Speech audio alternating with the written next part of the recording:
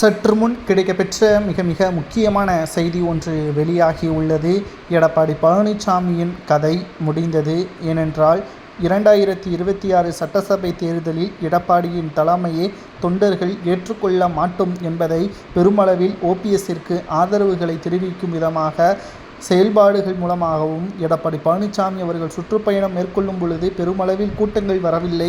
சர்வ சாதாரணமாக எம்எல்ஏக்களுக்கு வருகின்ற கூட்டங்கள் கூட எடப்பாடி பழனிசாமி அவர்களுக்கு வரவில்லை என்றும், அப்படியே அதிகமான கூட்டங்கள் வந்தால் அங்கேயே பணப்பட்டுவாடா கொடுக்கப்படுவதாகவும், இது எடப்பாடிக்காகவோ அதிமுகவிற்காகவோ வருகிற கூட்டம் கிடையாது, பணத்திற்காக வருகிற கூட்டம், இதோட எடப்பாடியின் கதை முடிந்தது என்ற தகவலும் அரசியல் வட்டாரத்தில் நம்மால் பார்க்க முடிகிறது.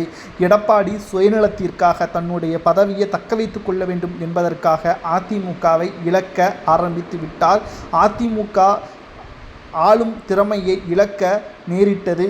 மேலும் அதிமுகவை வெற்றியடைய வைக்க வேண்டும் என்பதற்காக ஓபிஎஸ் அவர்கள், வைத்திலிங்கம், மனோஜ் பாண்டியன் இவர்களை மீண்டும் அதிமுக அரியணை ஏறக்கூடிய வாய்ப்பை உருவாக்கினால்தான் இந்த 10 மாதங்களிலாவது ஒட்டுமொத்த தொண்டர்களும் அதிமுகவின் களப்பணிகளை மேற்கொள்வார்கள். இல்லை என்றால் இருக்கின்ற தொகுதிகளும் கைவிடக்கூடிய நிலைமையும் மாறும்.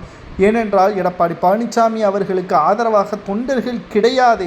பணக்கார வேட்பாளர்களும் பணக்கார ஆதரவாளர்களும் இருந்து என்ன பயன்? கடைக்கோடி தொண்டர்கள் உழைத்தால் மட்டும்தான் அதிமுக வெற்றியடையும். இல்லை என்றால் திமுகவிற்கு ஏற்படக்கூடிய வெற்றி வாய்ப்பை அதிமுக இழக்க நேரிடும், எதிர்க்கட்சி அந்தஸ்தையும் இழக்க நேரிடும். இதை ஏன் எடப்பாடி புரிந்து கொள்ள மாட்டேங்கிறார் என்ற கடுமையான விமர்சனங்களும் முன்வைக்கப்பட்டு வருகிறது. எடப்பாடி பழனிசாமியின் கதை முடியணுமா வேண்டாமா என்பதை அனைத்திந்திய அண்ணா திராவிட முன்னேற்ற கழகத்தின் ஆதரவாளர்களும் எடப்பாடியும் சிந்தித்து பார்க்க வேண்டும். இல்லை என்றால் எடப்பாடி பழனிசாமி அவர்கள் வருகின்ற சட்டசபை தேர்தலில் வெற்றியடைவதற்கு வாய்ப்பே கிடையாது என்பதற்கேற்ப அவரது கதை முடிந்துவிட்டதாக ஓபிஎஸ்ஸின் ஆதரவாளராக இருக்கக்கூடிய வைத்திலிங்கம் அவர்கள் கூறி வருகிறார்.